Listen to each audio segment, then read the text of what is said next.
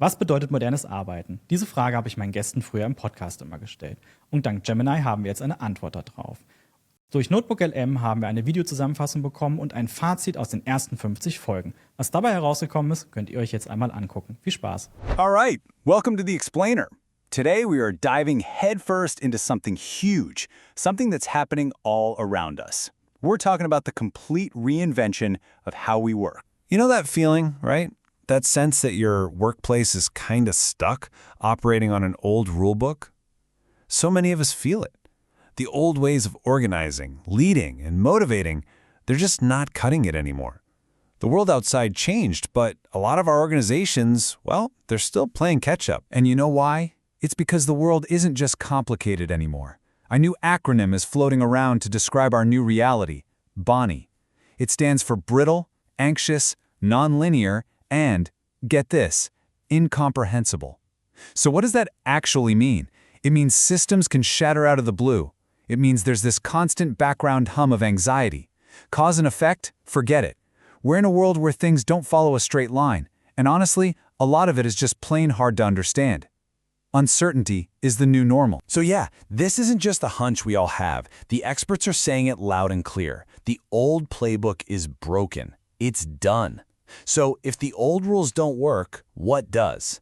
Well, that's what we're here to unpack. We're on a journey to understand what's next, and it's all built around three massive core shifts that are completely changing the game. All right, first up, Pillar 1, the shift in leadership. This one starts right at the top, and it completely redraws the map of what it even means to be a leader today. So what's the big change? We're moving away from the old control and command style. You know, the manager is the chess master, moving all the pieces. Instead, we're moving toward coach and enable. The leader's job isn't to control anymore. It's to be a coach and enabler whose number one goal is to make their team powerful. And the absolute foundation for this? It's something called psychological safety. I love this analogy for it. Picture a toddler learning to walk, right? They stumble, they fall, they get back up. They can only do that because they're in a safe space where falling isn't failure. It's just part of the process.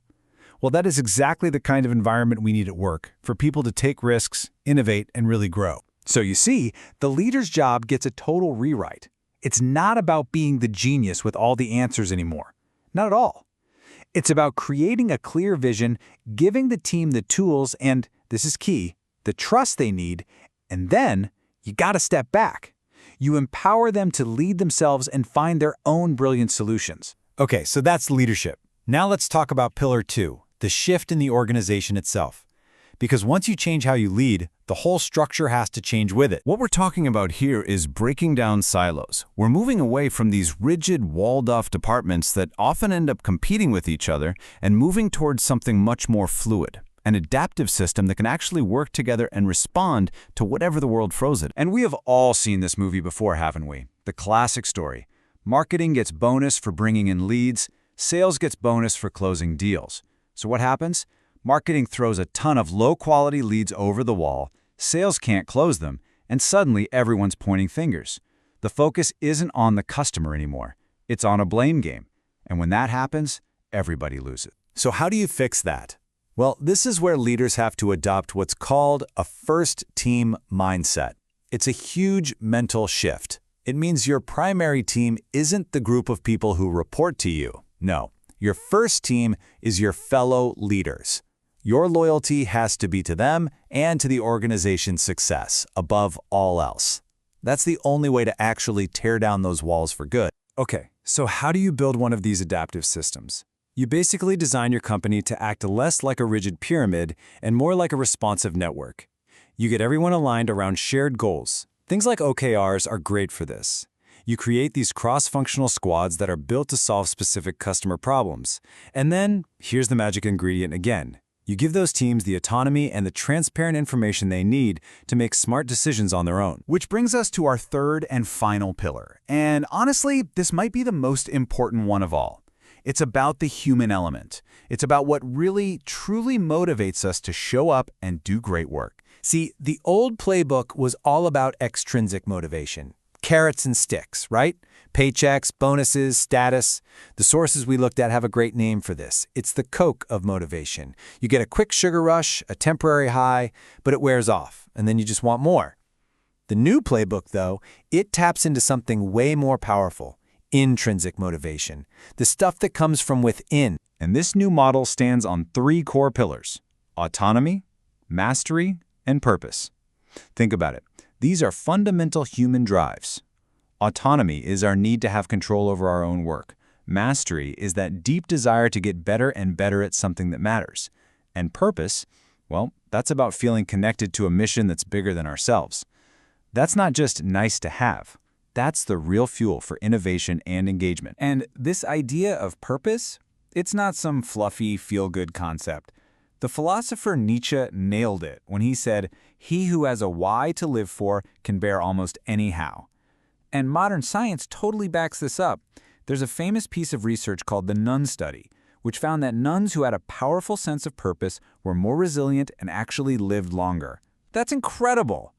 And that same powerful principle works exactly the same way in our jobs. But here's the thing. You don't just install purpose on a Tuesday and call it a day. Building a purpose-driven culture means weaving it into the entire fabric of the employee experience. It starts with who you even try to recruit. It's baked into how you welcome new people and connect them to the mission from day one. It's in how you help them grow and find their own why. And it's even there in how you part ways with respect and appreciation. Okay, so we've talked about transforming leadership, transforming the organization, and transforming motivation. So after all that, what's the end goal? What's the final destination we're all trying to reach? Well, here's the biggest mindset shift of all. The truth is, there isn't one. There's no final destination. The goal is not to be transformed, as if it's a state you arrive at. The real goal is to become a transforming organization, one that is constantly, perpetually learning, adapting, and evolving. Just stop and think about this for a second. The world will never, ever be as slow as it is right now. Let that sink in. Change is only getting faster. So in a world like that, the only real, sustainable competitive advantage is the ability to just keep learning and adapting over and over again. So yeah, this whole thing is a marathon, not a sprint. And you can't get overwhelmed by the distance. The only way to run it is to just take the first step. This isn't about some massive, painful reorg that happens overnight.